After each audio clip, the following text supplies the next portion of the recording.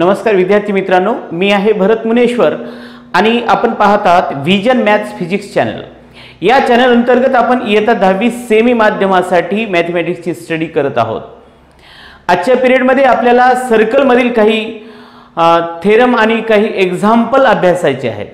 तत्पूर्वी आपल्याला जर हा व्हिडिओ आवडला तर लाईक करायला विसरू नका आणि आपण चॅनलवर जर नवीन असाल तर सबस्क्राइब करायला सुद्धा विसरू नका। चला तर मग आजचा आपण व्हिडिओ स्टार्ट करूया। Theorem of touching circles. आपल्याला आजचा हा जो थेरम आहे, थेरम ऑफ टचिंग सर्कल, हा थेरम अतिशय इम्पॉर्टंट आहे। याच्यावरचे एक्झाम्पल नेहमी फ्रिक्वेंटली विचारल्या जातात, म्हणून याच्यावर लक्ष द्या। कारण याची जी प्रॉपर्टी आहे, हा जो थेरम आहे, हा थेरम वापरून आपण एक्झाम्पल सॉल्व करतो। ऑब्जेक्टिव्ह टाइपचे क्वेश्चन्स याच्यावर विचारले जातात, म्हणून हा थेरम अगोदर समजून घ्या, नंतर याच्यावर आधारित असलेले आपण एक्झाम्पलही पाहूया।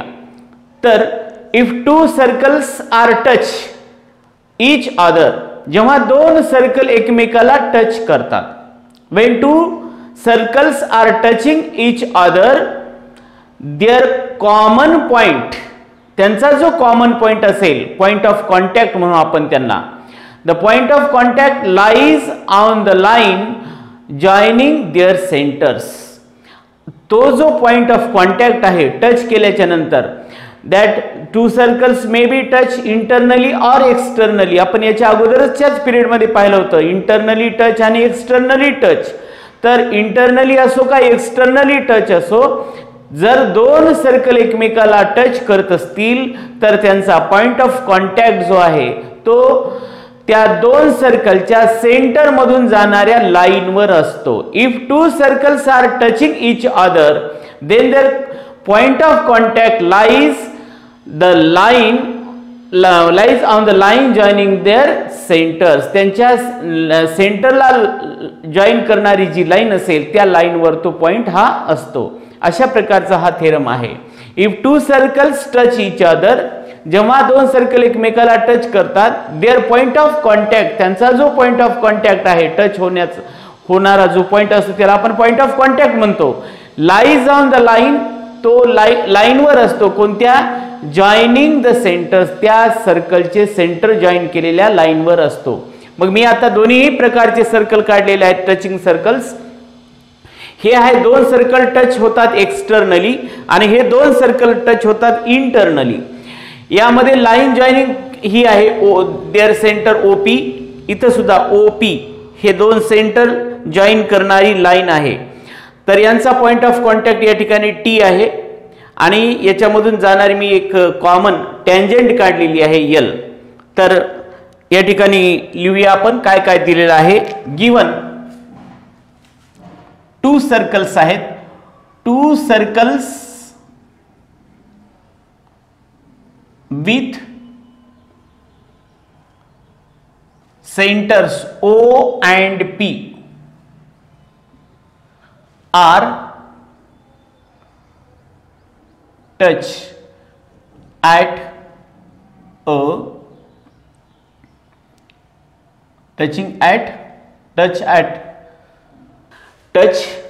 at a point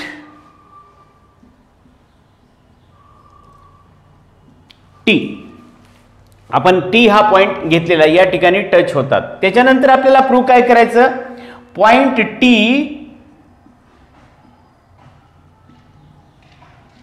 lies on OP, segment OP, हे आपल्याला प्रूव्ह करायचं। हा T हा पॉइंट OP वर असतो, T हा पॉइंट या OP वर असतो, दोन्हीसाठी एकसारखंच आहे। आता कन्स्ट्रक्शन आपण काय केलं, हे काढलं आणि ही टँजेंट काढली, ती लिहूया। कन्स्ट्रक्शन मध्ये सेगमेंट OT अँड ड्रॉइंग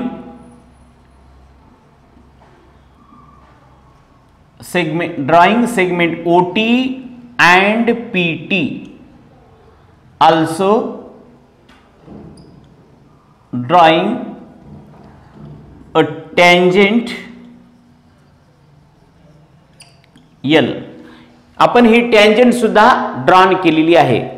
ठीक आहे. बघा आपल्याला काय दिलं, हे दोन सर्कल दिलेले आहेत, हे घ्या दोघांसाठी कॉमन आहे. हे दोन सर्कल दिले ज्यांचं सेंटर O आणि P आहे, ते T या पॉइंट मध्ये टच होतात. त्याच्यानंतर आपल्याला प्रूव्ह करायचं की हा जो T पॉइंट आहे तो ते लाईन जॉईनिंग टू सेंटरला लाईन जी जॉईन करते त्या लाईनवर आहे, हे प्रूव्ह करायचं आहे. मग आपण ड्रॉ काय केलं, हे OT काढलं, PT काढलं आणि हे काढलं, हे OT PT आणि L एवढं काढलं, ते लिहिलं आहे आपण कन्स्ट्रक्शन मध्ये. आता याचा प्रूफ बघा, segment OT perpendicular line L, tangent theorem.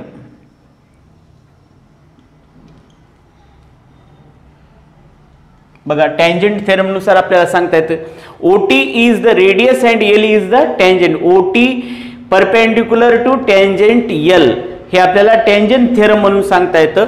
याच्यातही तेच बघा, OT perpendicular L.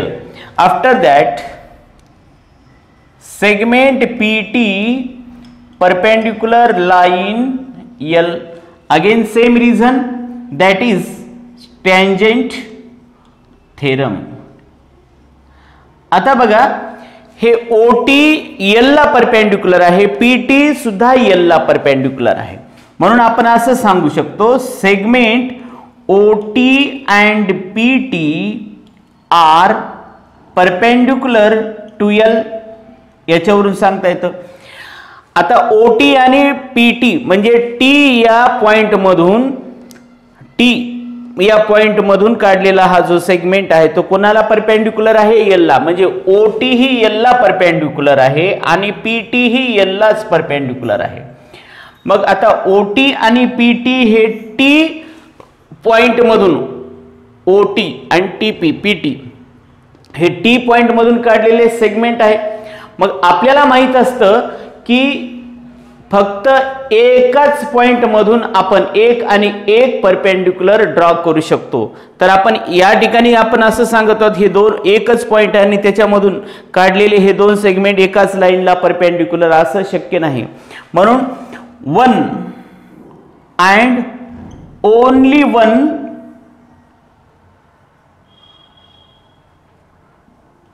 perpendicular can be drawn from a point, एका पॉइंट मधून फक्त आणि फक्त एकच परपेंडिक्युलर ड्रॉन करता येतं. T जो पॉइंट आहे, T पॉइंट मधून आपण इकडे सांगितलं, इकडे परपेंडिक्युलर सांगितलं, म्हणजे हे दोन परपेंडिक्युलर आहे.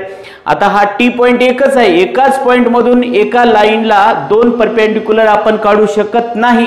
याचा अर्थ काय होतो की सेगमेंट OT अँड सेगमेंट कोणता आहे PT आर नॉट डिफरंट, हे डिफरंट नाहीत. That is OT and OPT are same segment. हे आपल्याला दोन्हीही सेम एकच सेगमेंट आहे असं आपल्याला सांगता, एकच सेगमेंट आहे, सेम सेगमेंट आहे. म्हणजेच आपण असं सांगू शकतो की OT and P are collinear. हे तिन्ही पॉइंट कसे आहेत, कोलिनियर आहे. OPT OTP हे सर्व कोलिनियर पॉइंट्स आहेत, आर कोलिनियर पॉइंट्स. आणि मग हे कोलिनियर पॉइंट्स असतील तर आपल्याला काय सांगितलं, मग T हा कुठं असायला पाहिजे, म्हणून T हा कुठं असायला, हे जर कोलिनियर असेल तर T हा OP वर असेल, कारण हे तिन्ही कोलिनियर पॉइंट आहेत ना. आणि म्हणून आपल्याला असं सांगता येईल, therefore point T lies on segment OP. जर OTP हे तिन्ही पॉइंट, OPT हे तिन्ही पॉइंट जर कोलिनियर असतील, एका लाईनवर असतील, तर याचा अर्थ असा होतो की T जो पॉइंट आहे, T पॉइंट या लाईन जॉईन जी आहे या दोन सेंटरला जोडणारी जी लाईन आहे त्या लाईनवरच आहेत, कारण हे तिन्ही पॉइंट एकाच लाईनवर आहेत. ठीक आहे, अशा प्रकारे हे प्रूव्ह होतं. हा थेरम जरी परीक्षेला नाही विचारला तरी याच्यावरचे एक्झाम्पल मात्र हमखास परीक्षेला विचारल्या जातात. म्हणून आता एवढं लक्षात आलं आपल्याला.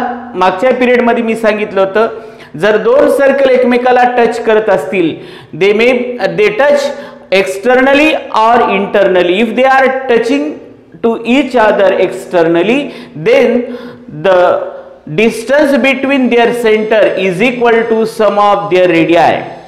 या ठिकाणी the distance between two centre of circle is equal to difference between their radius. मग आता यांची रेडियस आपण जर काढली, ओटी मधून पीटी काढलं. ओटी मीन्स मोठ्या सर्कलची रेडियस आहे, पीटी ही स्मॉल सर्कलची रेडियस. ओटी मधून पीटी काढलं की त्यांच्या सेंटर मधलं डिस्टन्स मिळतं. इथं त्यांच्या सेंटर मधलं डिस्टन्स कसं काढता येतं, याची रेडियस प्लस याची रेडियस. म्हणून फार सोपं आहे. एक्सटर्नली जर टच करत असतील तर त्यांच्या सेंटर मधील डिस्टन्स म्हणजे त्यांच्या रेडियसचं ऍडिशन सम होईल. आणि जर दोन सर्कल इंटरनली टच होत असतील तर तेव्हा त्यांच्या सेंटर मधील डिस्टन्स हे त्यांच्या रेडियसच्या सबट्रॅक्शन बरोबर असतं, R2 मायनस R1. ठीक आहे, तर यावर आधारित आपण यानंतर एक्झाम्पल बघूया. बघा, हे त्या आता पाहिलेल्या थेरमवर आधारित एक्झाम्पल आहेत. प्रॅक्टिस सेट 3.2 मधले दोन एक्झाम्पल मी समोर तुमच्या लिहिलेले आहेत. यामध्ये दोन जे सर्कल दिले ते इंटरनली टच होतात आणि इथं जे दोन सर्कल आहेत ते एक्सटर्नली टच होतात. तुम्हाला माहिती आहे, इंटरनली टच असेल तर त्यांच्या सेंटर मधलं जे डिस्टन्स असतं इंटरनली टच असताना, तेव्हा त्यांच्या सेंटर मधलं डिस्टन्स म्हणजे त्यांच्या रेडियसचं सबट्रॅक्शन. आणि जेव्हा एक्सटर्नली टच असतात तेव्हा त्यांच्या सेंटर मधलं डिस्टन्स म्हणजे त्यांच्या रेडियसची ऍडिशन. हे लक्षात ठेवा. ऑब्जेक्टिव्ह टाइपचे क्वेश्चन विचारले जातात. अतिशय सिंपल साधा आहे, पण कधी कधी याच्यामध्ये आपल्याला हा सराव झालेला असतो. पण हे रेडियस न देता त्यावेळेस कधी कधी डायमीटर दिलेलं असते. बघा, तुम्ही पाहून घ्या अगोदरचे पेपर्स प्रिव्हियस, तर हे रेडियस न देता डायमीटर दिलेले असतात. मग आपल्याला एवढं पक्क माहित असतं की इंटरनली जर टच होत असतील तर त्यांचं रेडियसची सबट्रॅक्शन आणि एक्सटर्नली टच होत असतील तर रेडियस ऍडिशन. पण आपण एवढं व्यवस्थित वाचत नाहीत की हे रेडियस दिली का डायमीटर दिली, हे अगोदर कन्फर्म करा. जर डायमीटर दिला असेल तर दोघांनाही हाफ करायचं म्हणजे तुम्हाला रेडियस मिळते, कारण आपण रिलेशन पाहिलेलं आहे, relation between radius and diameter. Diameter जर दिली तर डायमीटरला हाफ जर केलं तर रेडियसची व्हॅल्यू मिळते. म्हणून रेडियस त्यावरून फाइंड आउट करायचं अगोदर. D1 आणि D2 वरून R1 आणि R2 अगोदर फाइंड आउट करायचं, नंतर तो थेरम यूज करायचा. हे फक्त लक्षात ठेवा, कारण सोपा क्वेश्चन आहे, याचे मार्क्स आपले जाऊ नये. बघा, आता इथं सरळ सरळ रेडियस दिले, त्याच्यामुळं पहिलं आपण चेक केलं की हे रेडियसच दिलेले आहेत का, रेडियस दिलेले आहेत आणि म्हणून आता याच्यामध्ये काही अडचण येणार नाही. तर स्टार्टिंगला ही पहिली रेडियस त्याला आपण R1 म्हणूया, 3.5 centimetre. It is given. R2 is equal to 4.8 centimetre. आता हे सर्कल कसे टच होतात, internally. Two circles are touch internally. Internally आहेत आणि म्हणून therefore distance between their centre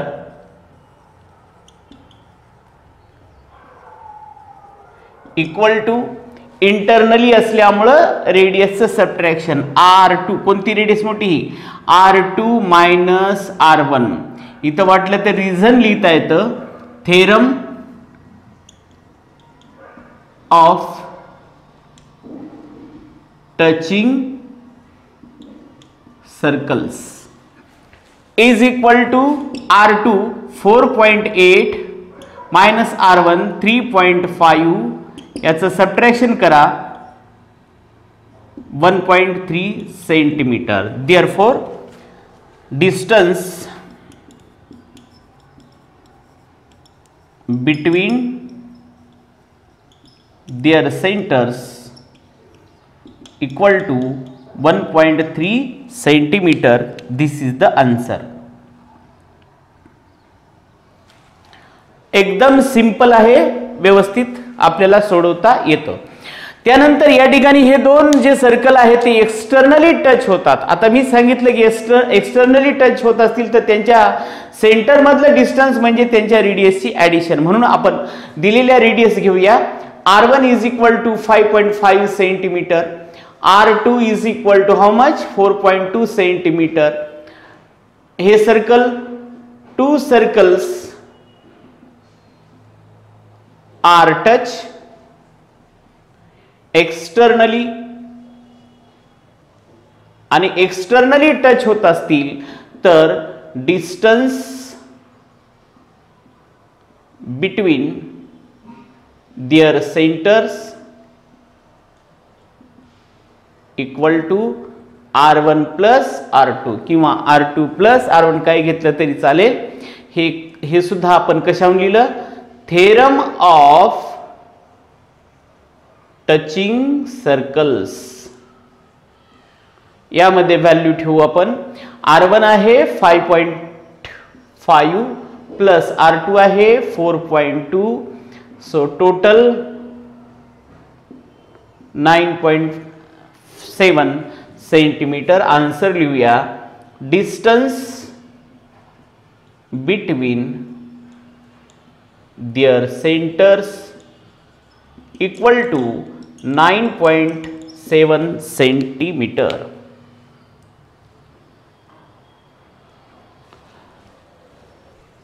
बघा next example. In the figure the circles with centres P and Q touch each other at R. हे जे दोन circle आहेत ते एकमेकाला R या ठिकाणी टच होतात. A line passing through R, ही जी लाईन आहे R मधून पास होणारी, मीट्स द सर्कल, या सर्कलला मीट होते कुठं? A and B respectively. Then prove that segment AP parallel segment BQ. After that APR similar RQB and RQB is equal to, find RQB if PAR is equal to 35. बघा हे example मी अगोदर तुम्हाला समजून सांगतो, नंतर आपण लिहूया. Segment AP parallel segment BQ. हे AP आणि हे BQ हे पॅरलल दाखवायचंय. हे पॅरलल दाखवण्यासाठी बघा अगोदर या ट्रायंगल मध्ये पहा. ह्या ट्रायंगल मध्ये PA is equal to PR, the radius of same circle. त्याच्यानंतर मग हे जर दोन साइड सेम असतील तर यांचे अपोजिट अँगल सुद्धा कॉन्ग्रंट असतात. म्हणून angle PAR congruent to angle PRA according to theorem of isosceles triangle. मग हे दोन अँगल कॉन्ग्रंट आहेत. त्याच्यानंतर या ट्रायंगल मध्ये बघा, या ट्रायंगल मध्ये same RQ is equal to QB, radius of the same circle. आणि मग हे दोन अँगल कॉन्ग्रंट, परत हे दोन अँगल. आता हे दोन अँगल एकमेकाची व्हर्टिकली अपोजिट अँगल आहेत. जर हे दोन अँगल एकमेकाशी कॉन्ग्रंट असतील, हे दोन अँगल एकमेकाशी कॉन्ग्रंट असतील आणि हे दोन परस्पराशी कॉन्ग्रंट असतील तर याचा अर्थ काय होतो? हे अँगल या अँगलशी कॉन्ग्रंट आहे. मग हे जर दोन अँगल कॉन्ग्रंट असतील तर ही लाईन, ह्या दोन लाईन आणि ही ट्रान्सव्हर्सल घेतली तर या अँगलला आपण अल्टरनेट अँगल म्हणतो. सो आपण त्या ठिकाणी थेरम जर यूज केला, अल्टरनेट अँगल थेरम नुसार AP पॅरलल टू BQ आपल्याला सांगता येईल. झालं हे clear. Next, APR similar to RQB. APR similar to RQB हे दोन ट्रायंगल सिमिलर दाखवायचे. तर आपल्याला माहिती आहे याच्यातले दोन्ही अँगल, याच्यातल्या दोन्ही अँगल C कॉन्ग्रंट आहेत. हे सुद्धा P या QC कॉन्ग्रंट आहे. मग आपण काय करायचं, यामध्ये हा अँगल A, हा अँगल या A याच्यामधला हा A अँगल याच्यातल्या या R अँगल C कॉन्ग्रंट आहे. ठीक आहे, आपण अगोदर याच्यासाठी जे सांगितलं त्याच्यावरून सांगता येतं. आणि त्याच्यानंतर याच्यातला जो R अँगल आहे, R याच्यातल्या कोणत्या अँगल C BC कॉन्ग्रंट आहे. मग दोन अँगल जर कॉन्ग्रंट असतील तर ए टेस्ट नुसार हे दोन ट्रायंगल सिमिलर असतात. त्यानंतर PAR याचं PAR हा अँगल दिला 35. तर तुम्हाला माहिती आहे 1 2 3 आणि हे चारही अँगल सेम आहेत. हे 35 असेल तर हे 35, हे 35, हे 35. या ट्रायंगल मध्ये बघा हे दोन 35 आहेत. RQB सहज काढता येईल. 35 + 35 = 70 आणि 180 असतं हे सर्व मेजरमेंट तिन्ही अँगलचं आपल्याला माहिती आहे. 180 मधून 70 मायनस केलं तर 110 हे त्याचं आन्सर येऊ शकतं. ठीक आहे. तर आपण आता 1 बाय 1 प्रूव्ह करूया. फर्स्ट इन ट्रायंगल फर्स्ट आपण प्रूव्ह करू. In triangle APR segment PA congruent segment PR, segment PA congruent segment PR, radii of same circle. त्यानंतर मग हे दोन angle PAR congruent angle PRA, theorem of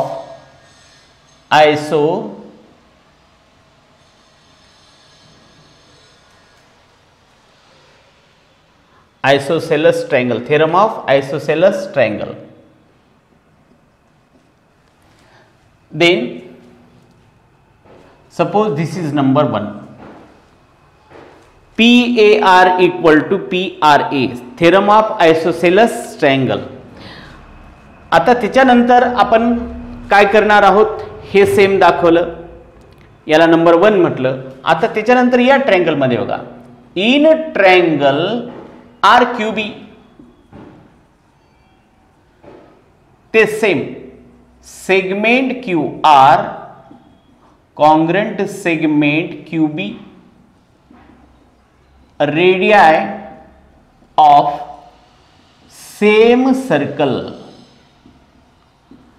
and therefore angle QRB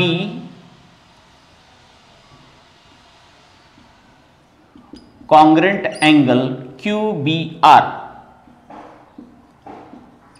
आयसोसेलस triangle theorem काय सांगतो, triangle मध्ये जर दोन sides congruent असतील तर त्या दोन साइडच्या अपोजिटचे अँगल सुद्धा कॉन्ग्रंट असतात. हे दोन साइड सेम म्हणून या दोन साइडच्या अपोजिट असलेले हे अँगल कॉन्ग्रंट, ह्या दोन साइड सेम म्हणून या दोन साइडच्या अपोजिट असलेले दोन angle congruent.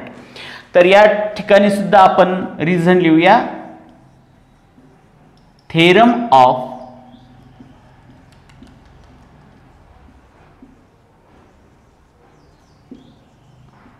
Of isosceles triangle, याला नंबर 2 म्हणूया.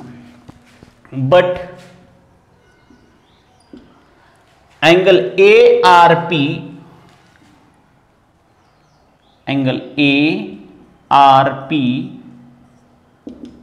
Congruent angle ARP congruent angle हा अँगल या अँगल सी BRQ, ही लाइन आणि ही लाइन इंटरसेक्ट करते. या दोन अँगलला आपण व्हर्टिकली अपोजिट अँगल म्हणतो आणि ती नेहमी कॉन्ग्रंट असतात. Vertically opposite angle.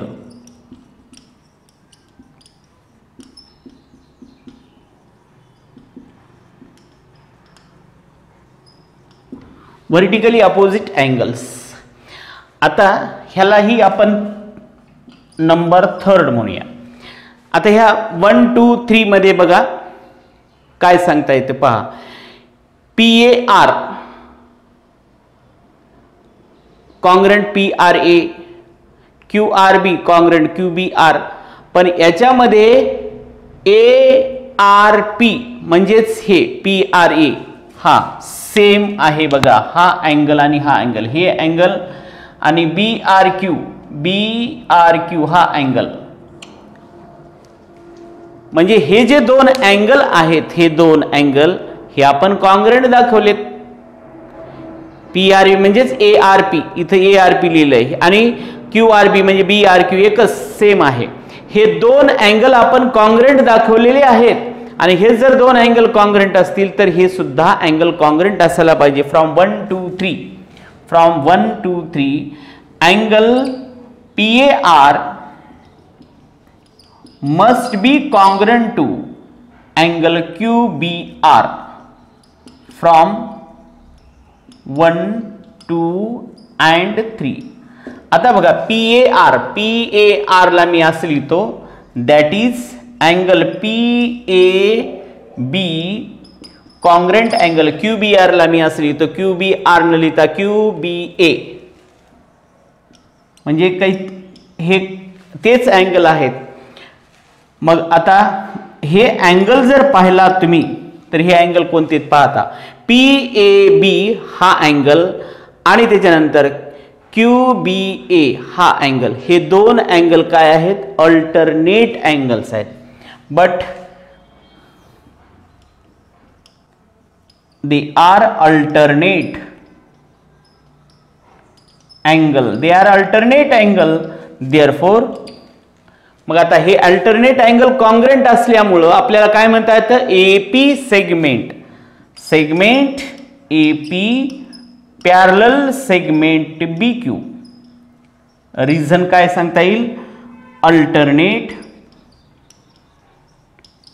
Angle taste. यानुसार आपल्याला हे पॅरलल आहेत असं सांगता येईल. आता त्याच्यानंतर आपल्याला APR सिमिलर RQB दाखवायचं आहे. तर आता हे दाखवण्यासाठी बघा परत ते दोन ट्रायंगल घेऊया.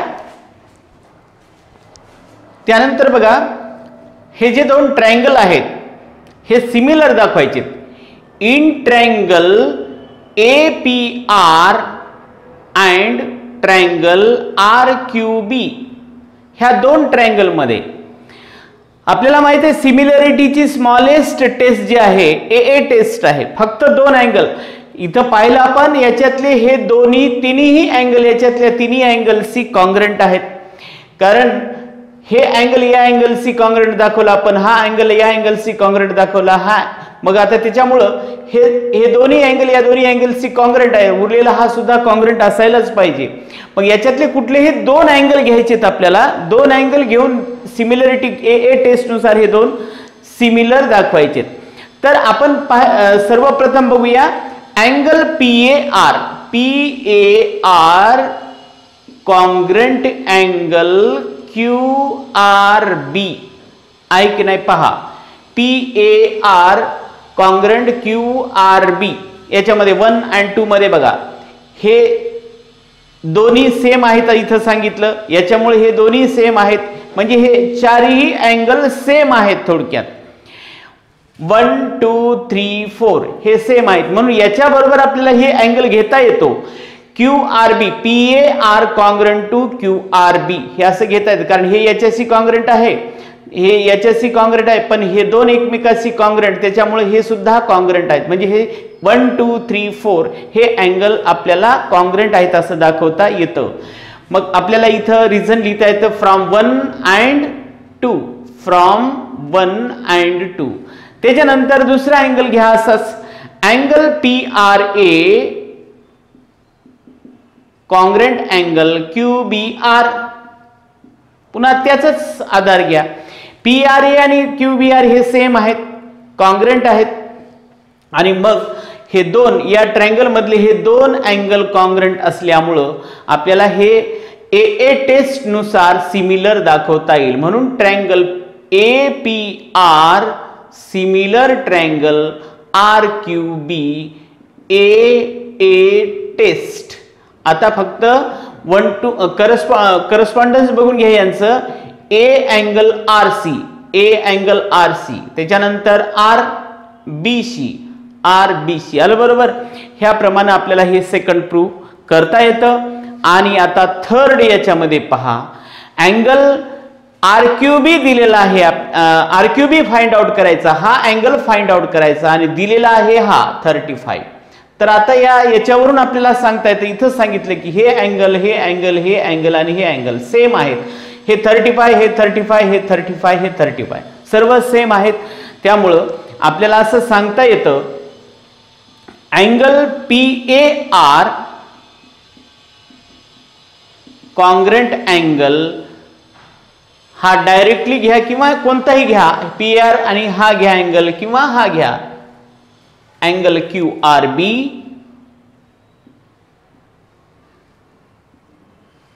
आपण हे लिहिलेलं आहे 1 and 2 वरून, फ्रॉम 1 and 2. त्याच्यानंतर मग आपल्याला माहिती आहे हे QRB हे तर सेमच आहेत and angle QRB congruent angle QBR.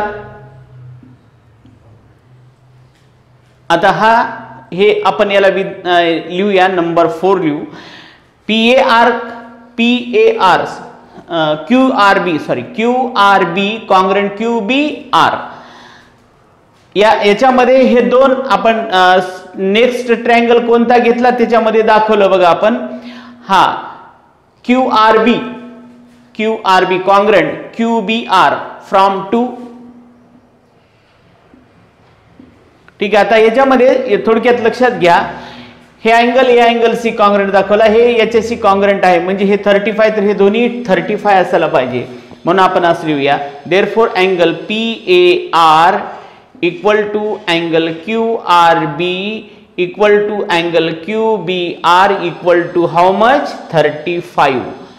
आता इन ट्रायंगल QRB या ट्रायंगल मध्ये बघा angle QRB plus angle QBR plus angle कोणता विचारलाय RQB is equal to 180. Measure of triangle of triangle हे रिजन लिहा येईल आपल्याला. हे 35 आहे, हा 35 आहे आणि हा अँगल आपल्याला फाइंड आउट करायचा आहे equal to 180. Therefore 70 plus angle RQB is equal to 180. Therefore angle RQB is equal to 180 minus 70.